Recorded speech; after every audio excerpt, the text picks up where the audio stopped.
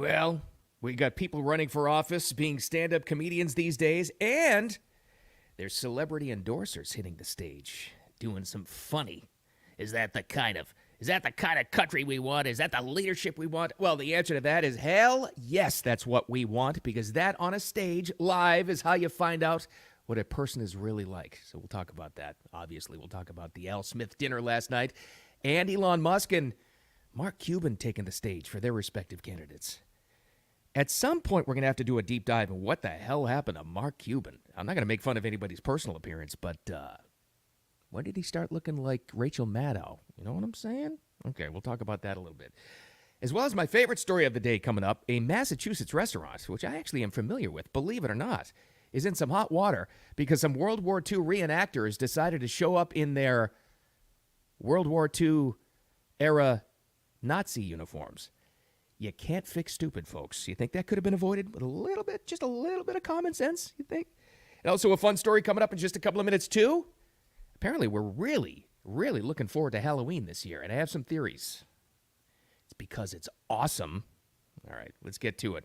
What kind of crap is the news? The headlines brought us today we can make fun of. All fired up for Friday, by the way. Thanks for finding Wicked Radio. My name is Bill Adams. And by the way, programming note, I have it on high authority that if you were to give me a follow at Wicked Bill Adams on Twitter, where it lives as a post afterwards, or find Wicked Radio on YouTube, or give a good review and share the podcast version wherever you get your podcasts, it's scientifically proven. You will be taller and better looking. I want to tell you. Science. Don't doubt me. All right, let's get to it. The Al Smith dinner is a big deal, actually. It's traditional. The presidential candidates show up. This is always put on by the Catholics in New York City, the Archdiocese up there. Every candidate, but now two, there was one. Every candidate running for office has shown up for this thing. The only guy that didn't show up previous to last night was Walter Mondale in 1984, and he lost every single state but one, Minnesota. A harbinger, a prediction of things to come? I don't know. I don't think so. But Trump was there, and he was good. And I don't know who, I need to find out who wrote this because they took shots at everybody, which proves once again, we have crossed the boundary. Things are different now. We have politicians who are taking shots at other politicians, swearing on stage. Trump didn't swear last night. But, I mean, that's a thing happening now. And not afraid, while he's there in a panel full of bishops and some of the people he took shots at right by his side, like Chucky Schumer, right by his side. I think it's fantastic. It shows what they really are. I don't think it's Trump's best format. I mean, he's best like off the cuff. And it took them a little while to figure out how to write for Trump, for the live rallies. I've seen the scripts. I've actually seen what the teleprompter looks like, honest to God. It's bullet point, and then space, and then they leave him bullet point. So he wants to get the main points across. But if you like Trump and you enjoy, even if you're not going to vote for him, but you enjoy like some of the zingers he throws out there, it's the stuff that happens off script that's great. But this thing's a little bit different. So the Al Smith dinner, it's not a teleprompter. You got to go off, a script. He has to read off that. It's not his best format, but man, still effective. There's a group called White Dudes for Harris. Have you seen this? White Dudes for Harris. Anybody know? Are some of you here? White Dudes for Harris. Doesn't sound like it.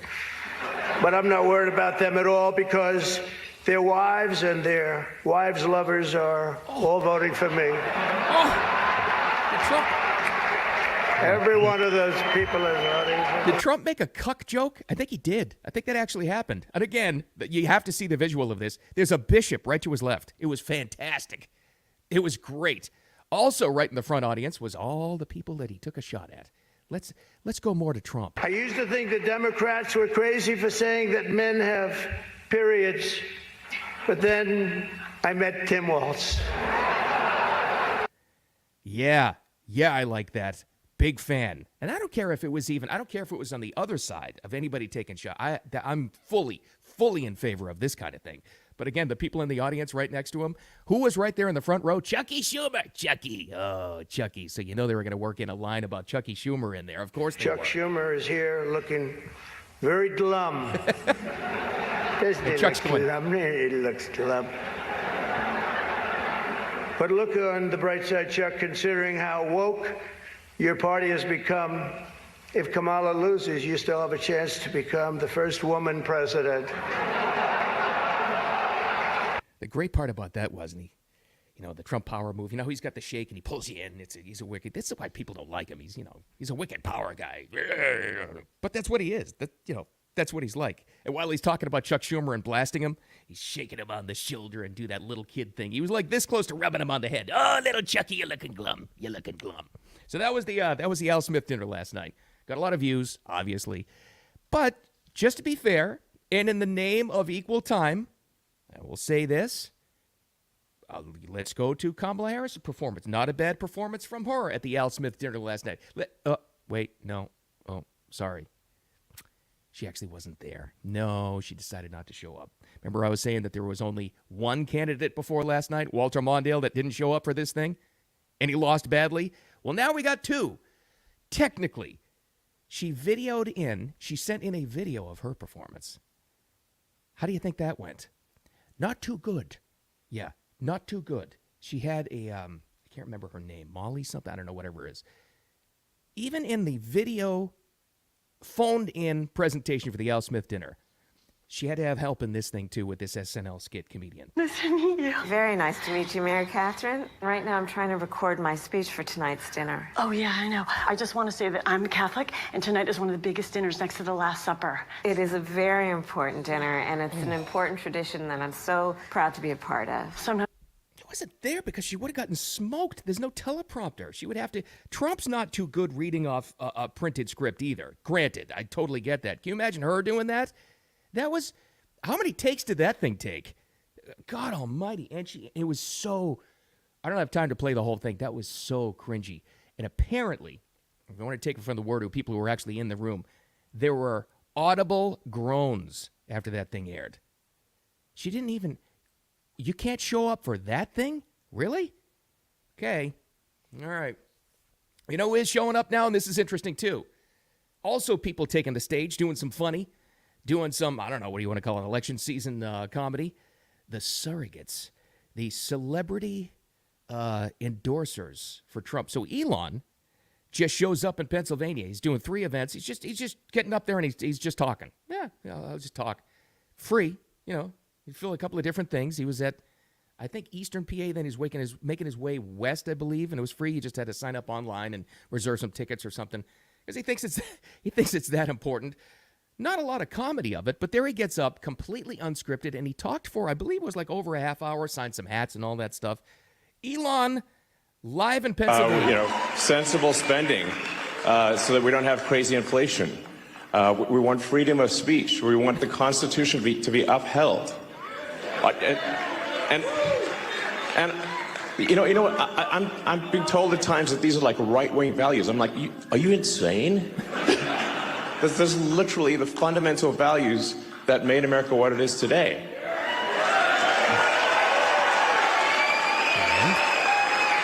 Anyone who's against those things is fundamentally anti-American, and the hell with them. Yeah. All right, I was at the crowd too. It's like, I don't want anybody, listen, I don't want to hear you. I was one of those saying, I don't want to hear an actor with their political opinion, a businessman, this and that. Elon's opinion is it's too important not to, and I totally get that. My opinion is, as long as you're having actors and musicians and writers giving their opinion, then everybody else should too. Who the hell cares? Whatever. Go ahead and do it. Go ahead. And cutting loose on stage. I'm totally fine with it. It's a different era now. You just do. This isn't the era of 80 and 30 years ago, or the only thing we have to fear is fear itself. No, it's a different audience now. Social media has changed everything now. You have to be able to get up on a stage live, impromptu. You got to be able to ad-lib some stuff. You have to be able to directly talk to people. It's a different era now. And the audience, all of us, we all demand it. You have to be able to have that skill. Elon's not the best public speaker. He'll tell you that. But you got to be able to do it. J.D. Vance is really good at it, by the way. Oh, and I forgot to talk about this, by the way, yesterday. Did you happen to catch J.D. Vance on the road once again in Pennsylvania? And he does this thing where he has reporters, and he has a big crowd, but he'll take questions from reporters. And there was somebody from the New York Times there asking about, are you still claiming that 2020 was a stolen election? And J.D. gets up there, and he actually said, and I wish I had the sound for you, listen, why don't we stop with the bullshit from something from 4 years ago and concentrate on what's happening now? And I was like, you know what? That's it. If J.D. Vance is saying bullshit live, before an audience, on a stage, running for office. The game is, we've crossed the Rubicon. I know Trump has sworn on stage before. He's dropped a couple of F-bombs, and I totally get that. You know what? I'm making an executive decision for our little tiny podcast here. That's it. I've been held back. I'm going to swear too. That's it. If he says bullshit, I'm going to say bullshit. That's it. I feel like I've been unchained. This is great. I love it. Because in my training of 30 years on radio, you put one of these in front of me. You put a microphone in front of me. It's muscle memory. Just don't swear, don't swear, don't swear. In my real life, like out there, I swear like a sailor, probably because at my work for decades, I couldn't actually swear. Here, we're unchained. So bullshit is bullshit, and we're going to call it out. Thank you, J.D. Vance. We have you to thank for this. And there's a difference, too, by the way, that you saw perfectly clear on the other celebrity surrogate who was on stage doing some yucks. Was it Pennsylvania? I think it was, because that Keystone State is so key. Mark Cuban hitting the stage for Kamala Harris. Now, I don't know what got to him. There's been a lot of speculation.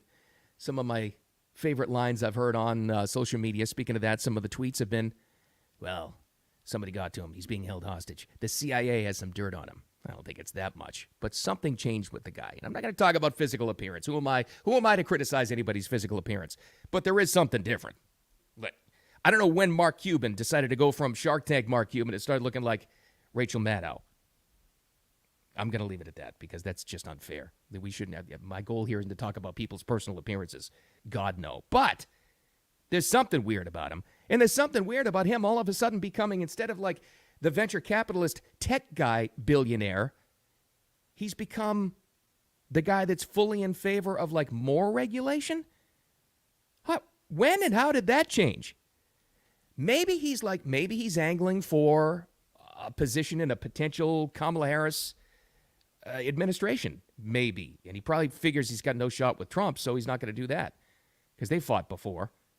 Or maybe he's got some sort of a big tech deal that he needs the approval from a future SEC or FCC. I don't know what the hell is with the guy, but he's up there stumping for Harris, and I don't know if this is the smartest strategy, even if Harris does win, God forbid, but he's taking a lot of shots at Trump, like this. Now, he has this crazy notion that putting a tariff of 60% on every single product imported from China is a good idea. Let me just tell you, this man has so little understanding of tariffs, he thinks that China pays for them. This is the same guy who also thought that Mexico would pay for the wall, so there's no Mexico. Oh, that wasn't good. I'm trying to be completely objective about this, but that wasn't good. And that's the difference you see of a TV guy. So Elon will tell you he's not the best speaker, but let's compare billionaires. Elon gets up there. And he's just talking, he's just relating to people. He's just talking one-on-one, signing hats. Mark Cuban, if you saw this, he actually read that line. It's not that tough to remember off his phone. He's like reading like this and looking back at it. That's a scripted TV guy. I can tell you from being in radio where we have to like be impromptu and you can't work off a script. You can't work off cue cards or a teleprompter, and you got to be able to handle things. I've seen TV people like Mark Cuban in action. They're lost with that teleprompter. They're absolutely lost, or a script. It's just something about television beats it out of them. I don't know what. I don't know how. I don't know why. Some of them are great. Not him. That's not good. It's just something weird going on with him. I don't know what it is, but there it is. So you got the billionaire versus billionaire. Where it goes, I don't know. But I'm fully in favor of these people taking some shots at each other. It's great for us. It's great for us to be able to laugh at it. Thank you, JD, for swearing on stage. I love it. All right, here's my favorite story of the day. You can't fix stupid. You just can't, and it's proven once again. Actually, it's proven every single day. Let's go to Hudson, Massachusetts for this one, a town I know very, very well. I'm in Hudson at least once a year for the past 30 years because my relatives live there. And I actually have driven by. I've never been at this restaurant. It's called the Kith and Kin. Well, they got in some trouble, no fault of their own, because they had some World War II reenactors show up for lunch one day, last Saturday. Nothing wrong with that, right? What's wrong with that? They were coming from the American Heritage Museum, and they were taking a lunch break. World War II reenactors. Well, a couple of the reenactors, they're not Nazis. They were just playing World War II era Nazis. Here's the problem. They decided to go to lunch at the Kith and Kin restaurant in their World War II era Nazi uniforms. How you think that's going to go, you absolute dipshits? You think this would have been solved with just not a lot, just a little bit of common sense, just a couple of drops of common sense. Like now the restaurant is in trouble. They had to close their doors actually because of people were mad at them and they were getting threats and they had to apologize on their Facebook page. Here's how this could have been avoided. You know, a couple of the World War II reenactors could have said, "All right, well, this place looks good. Let's get some lunch. Hey, Bob, you think we should take off the Nazi jacket before and the emblems before we go into the restaurant?" No, I think we're good. No, I think the people in central Massachusetts will love that. I think we're fine. Or how about this? Is there like a greeter or a manager at this place that might have said, "Hey, idiots, you're welcome here. Can you just take off the Nazi stuff and then just put it back on in the parking lot when you get in the car?" Do you think it would? So avoidable with just a little common sense. You can't fix stupid. You just can't. All right. Looking forward to Halloween. Apparently we all are. Here's some light, fluffy stuff for the weekend. Survey says, I love my sociological surveys. I love them. And this is from Civic Science, something called Civic Science. That sounds like some light reading for the beach. It's a brand new statistic. I don't know who they survey. I don't know. Have you ever been called on a survey, by the way? They say 23% of the people they talk to, and they probably only talk to 10 people, but that's okay, are looking forward to Halloween way more this year. Sounds about right, actually. Just anecdotally, when you talk to people around you, more people are into Halloween this year. I think it makes sense. Number one, because it's freaking awesome. And number two, it's escapism. All this stuff and all this, and I get it, I know, and I try to make fun of the politics, but I get whether we're surrounded by it in an election year. I totally understand that. But we're surrounded by it, right? It's like nonstop. That's why I try to make fun of the bullshit in the headlines. There's that word again. But people want an escape. And I remember back in the dark days when I went to college, I had a social psychology professor that went into this discussion about why like horror movies and like, gore and Fangoria stuff is so popular in Japan. And he said it's because when they go through rebuilding and after World War II, they were a mess. Whenever you have dark times there or in the Depression or during recessions or election cycles here, horror and Halloween type stuff and dark themes, but funny, are more popular. So that makes sense. None of this surprises me. 23% more people are more into Halloween this year? Totally. I hope that means we get more trick-or-treaters. By the way, here's another tip for you. And I learned this. I haven't always followed my own rule, but I learned this. Do not, at this point, what are we like, less than 2 weeks away from Halloween? Do not buy your Halloween candy yet. Because you know what's going to happen. You know what's going to happen, homeowners. You're going to eat it. You're going to eat it. You have no willpower. It's sitting there. You know exactly where your hiding spot is. And then you're going to be stuck. You're going to feel ashamed and fat. And then you're going to be stuck. And you're going to be nervous at Halloween night if more people come out than ever for trick-or-treating. And you're going to be out of candy. And then your house is going to get toilet papered. And you're going to be very sad. And you're going to say, you know what? Wicked Bill Adams told me. He told me not to buy my candy too early. And I didn't listen to him. Just saying. I'm just saying. My kids actually in our neighborhood here, when they were trick-or-treating age, which I loved because they brought home a lot of candy, they actually I found a map they made of our neighborhood. And I said, what's this? They actually marked and saved it. All the houses that they had marked that handed out the good full-size candy bars. And that's when I knew I was in trouble with some very smart kids. There's 2 tips for you if you're trick-or-treating. Thanks for finding me. Have a great Friday. Have a great weekend. How about that? Let's take a couple of days off. Don't just have a weekend. Have an awesome all-American weekend, you people. And thanks again, once again, for finding the podcast version of this, wherever you get your podcasts. Also, you can just search for Wicked Radio with Bill Adams. Find me and share all this stuff. It lives as a post on X. You can give me a like if you so choose. And again, it'll make you happier at Wicked Bill Adams. Just search for that. Thanks for finding me. Have a great, great day. Remember, 2 takeaways. You can't fix stupid. And our standard takeaway every single day, don't ever, ever take any crap from anybody. And we swear in the show now. It's big development. We'll talk to you soon. Talk to you Monday.